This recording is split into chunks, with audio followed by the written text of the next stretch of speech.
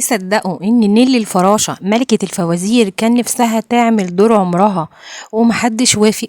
وتصدقوا كمان ان في فنانة دلوقتي ممكن تعمل الفوازير مكانها؟ ده كلامها وباعترافها هي. نيلي الاسم اللي ارتبط بعقلنا برمضان والفوازير والضحكة الحلوة والاستعراض، لكن الحقيقة كان عندها حلم كبير، دور تقيل، شخصية مختلفة. مين منع نيلي من الحلم ده؟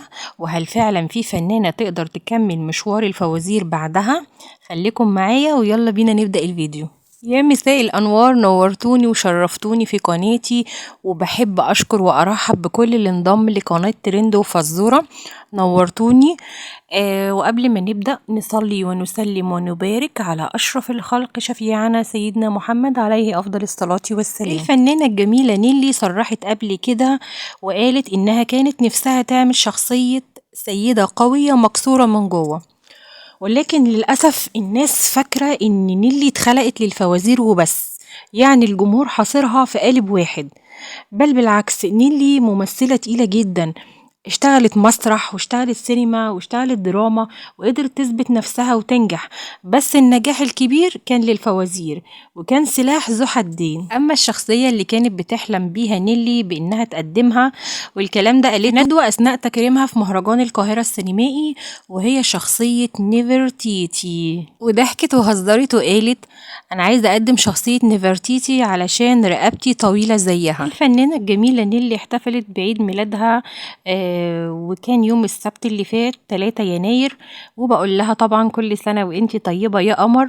جمال وخفة دم رغم ان اصولها ارمنية، إلا إنها خطفت قلوب الجمهور المصري والعربي بشكل عام. طلتها كده كان ليها بريق خاص من وهي صغيرة. طب نيجي بقى لأهم النقطة والزتونة، دي اللي صرحت وقالت إن أكتر فنانة مناسبة لتقديم الفوازير من الجيل الحالي، ها مين؟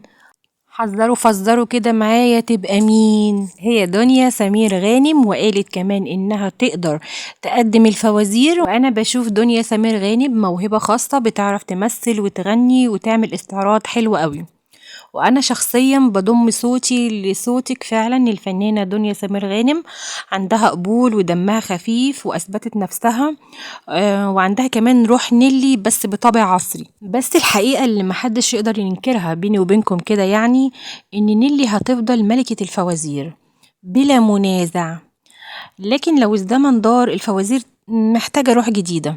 بس السؤال هنا، هل الجمهور مستعد يشوف الفوازير من غير نيلي، ولا الذكريات اقوى من اي تجديد؟ اكتبولي تحت وقولولي رايكم في الكومنتات. وكده خلاص خلاويص، خلص الترند بتاعنا النهارده، ويلا بينا بسرعه على فزوره الفيديو بتاعنا. وحابه اشكر اكس الجيمر على اجابته الصحيحه اللي جاوبها في الفيديو اللي قبل اللي فات، اجابته كانت صح، الاتنين وزن واحد.